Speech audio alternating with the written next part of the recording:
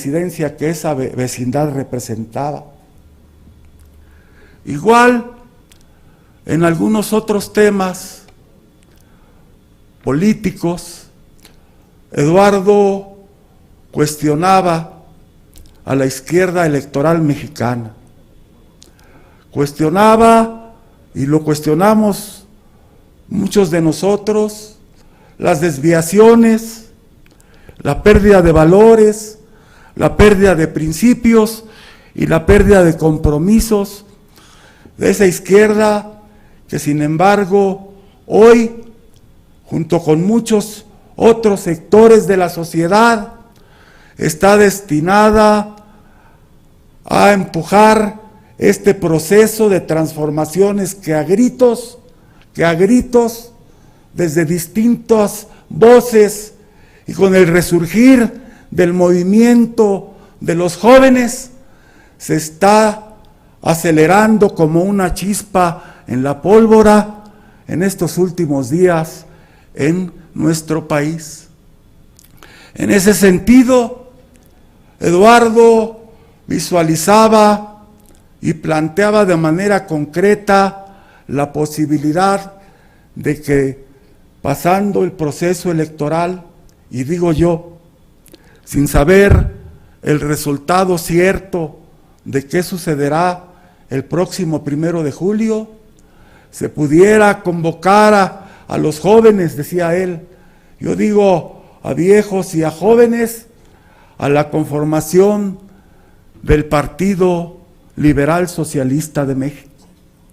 Todavía él alcanzó a diseñar algunas ideas con relación a este proyecto y planteó que el momento adecuado sería la elección, pasada la elección presidencial del año 2012.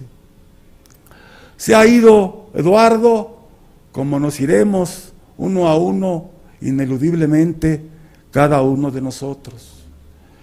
Eduardo quiso en un momento dado alejarse de su pasado y de su historia, dejar de vivir del recuerdo como líder estudiantil de 1968, dejar de vivir del recuerdo y de los años hermosos de la construcción de un partido de izquierda que surgiera desde abajo y con la construcción desinteresada de sus militantes. Sin embargo, Eduardo está ahí en el discurso de la Marcha del Silencio, inolvidable discurso. Eduardo está ahí en sus planteamientos controvertidos y críticos. Eduardo sigue y seguirá en nuestros corazones. Gracias.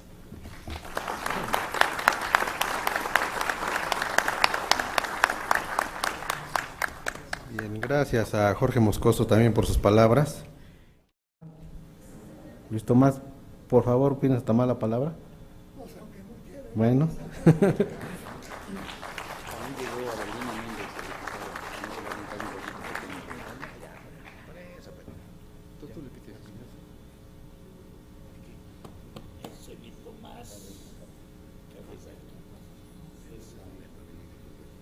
Bueno,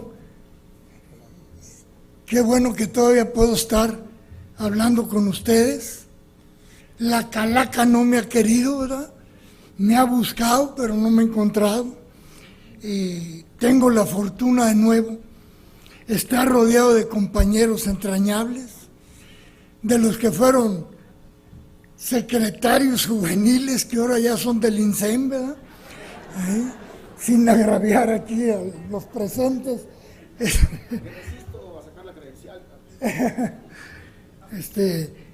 Pues ya estamos tostaditos la mayoría de los que estamos aquí, pero tenemos en Eduardo un ejemplo, en Eberto un ejemplo, en Vallejo, en todos los compañeros aquí presentes que no han cejado en su lucha y permanentemente han continuado peleando desde diferentes trincheras, y seguimos, como decía Eduardo, encabronados, altamente encabronados, con un sistema que nos lastima, que nos enferma, que mantiene en la ignorancia y en el hambre a millones de mexicanos.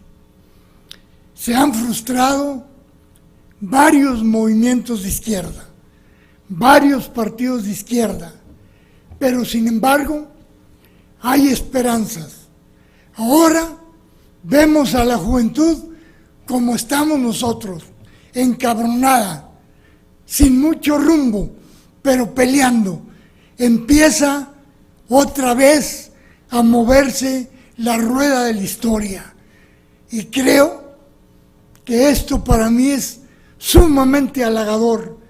Y ahora podré decir que puedo morir tranquilo sabiendo que los jóvenes despiertan. Porque ese es el mundo que ellos quieren. Y debemos ayudarles a ellos a construir este mundo, el que ellos quieren, por el que ellos pelean, y estaremos al lado de ellos hasta donde las fuerzas nos den. Ahí vamos a llegar, y no vamos a cejar en el empeño, sino hasta que quedemos en el agujero. No hay más, compañeros. El hombre nace como los pájaros para volar, el hombre para pelear. Y el hombre que no pelea y no lucha por los demás, no sirve para vivir. Ese no vale la pena que exista, compañeros. Porque el hombre está para buscar el mejor bienestar para la especie humana, para seguir mejorando la especie humana. Yo conocí a Eduardo en el movimiento del 68.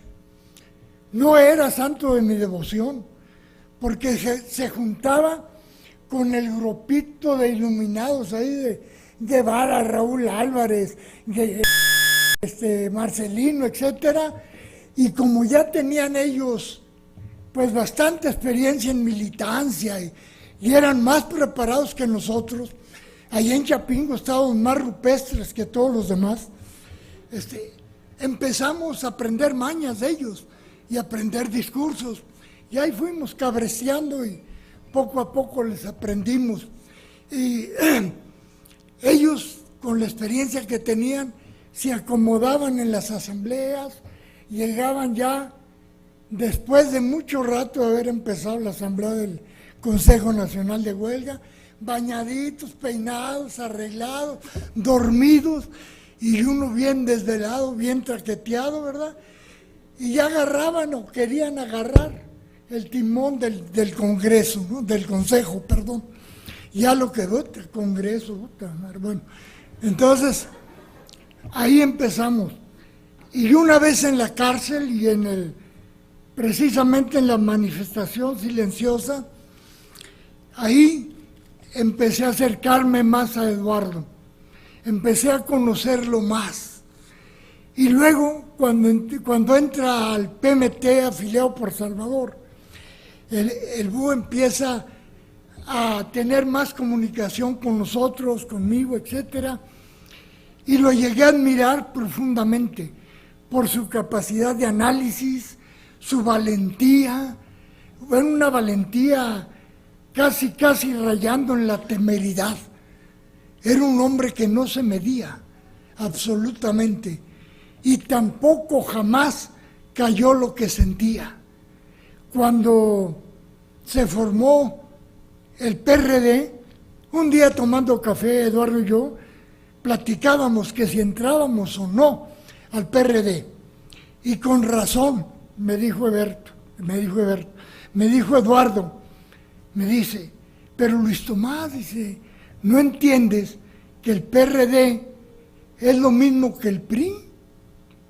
Va a ser igual que el PRI. No es un partido, es una suma de grupos de interés que se van haciendo pedazos poco a poco. Y mira, tenía voz de profeta.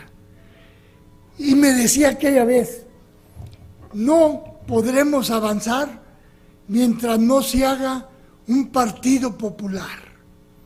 Retomar un partido donde estén los trabajadores